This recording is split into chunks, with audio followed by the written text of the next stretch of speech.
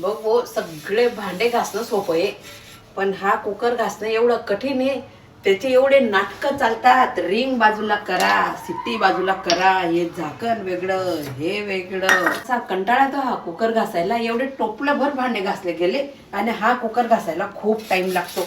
कारण याचे का नखरे आहेत माहिती आहेत का?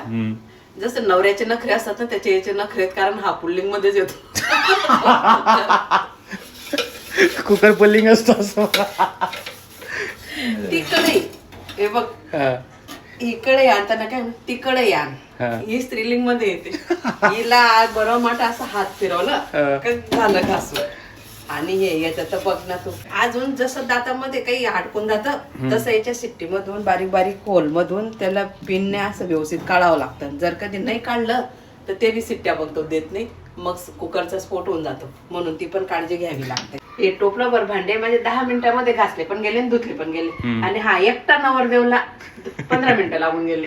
म्हणजे तू भांड्यांमध्ये सुद्धा स्त्रीलिंग आणि पुल्लिंग असे 2 विभाजन करून टाकले मम्मी तू. मग करेलच ना त्याला. आता तू गॅसवर ठेव, असा पटापट सिट्ट्या मारेल. फक्त सिट्ट्या मारण्यामध्ये पटायचे तो.